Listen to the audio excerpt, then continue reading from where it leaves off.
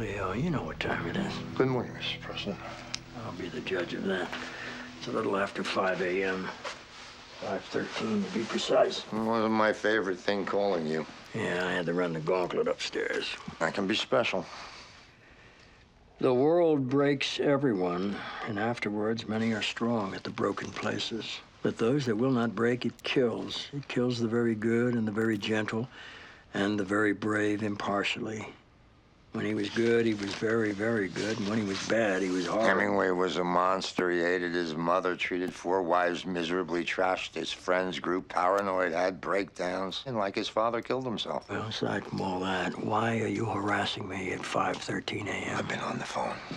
There's a rumor about Castro. There's always rumors about him. And at some point, they'll be true. We've been laying groundwork and making progress. Slow, granted. A year, but who's counting? But if the talks we've cobbled together with Cuba blow up and this number reaches 0 and we've got nothing to show for it, but... And for this, you're reading Hemingway again? It's been 10 years.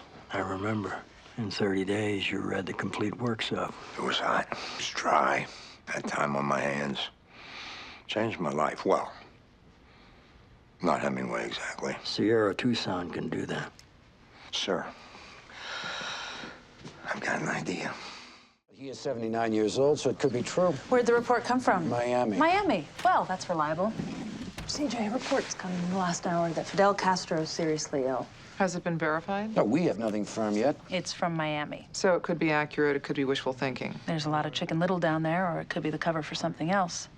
There's a history of everything from assassination attempts and psyops forays to invasion plans. I thought all that had stopped. The CIA did. Yeah. We're talking years, decades back. Wasn't that long ago? How long before you can nail down the information? Well, there's a rabid Cuban-American community that could be involved, old zealots, young hotheads, and a ton of agencies.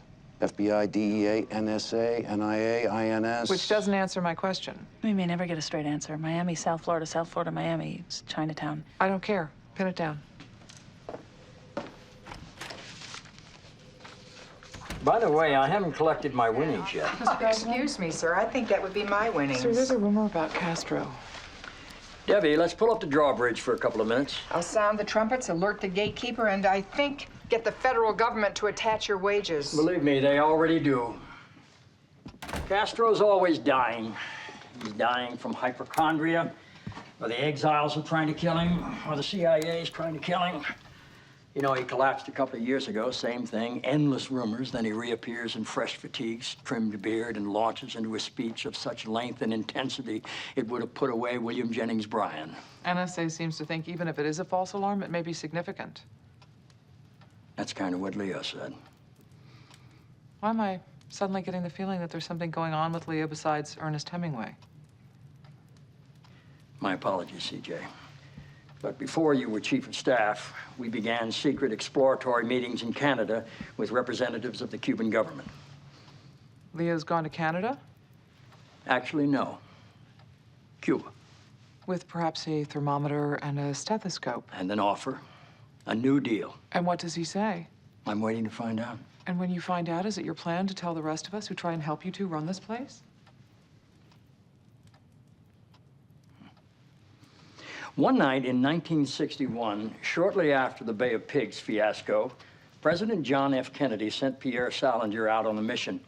Come back with 1,000 Cuban cigars by morning. Petite Upmanns is what the president smoked, and before 8 a.m. the following morning, Salinger had managed to corral 1,200 of them. JFK smiled, thanked him, lit one up.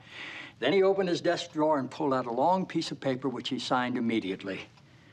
It was a decree banning all Cuban products from the United States. And ever since then, we've had an embargo against that mosquito of an island 90 miles away, which has never worked. While long before we threw out our anachronistic policies towards Russia and China that are thousands of miles away and far more complex. If these meetings become public, the reaction in the Cuban-American community and on the right will be ferocious. If the Cuban government makes certain accommodations before that... The Florida primaries are right around the corner. This comes out, sir. If this comes out, we can bring out the shovels and bury the Democratic candidates in that little fiesta. You sure the country's ready for this? Who knows who's going to be sitting here next? Who knows what's going to happen after Castro? All I know for sure is there's a moment here, and before I'm gone and he's gone, I am not going to let it pass.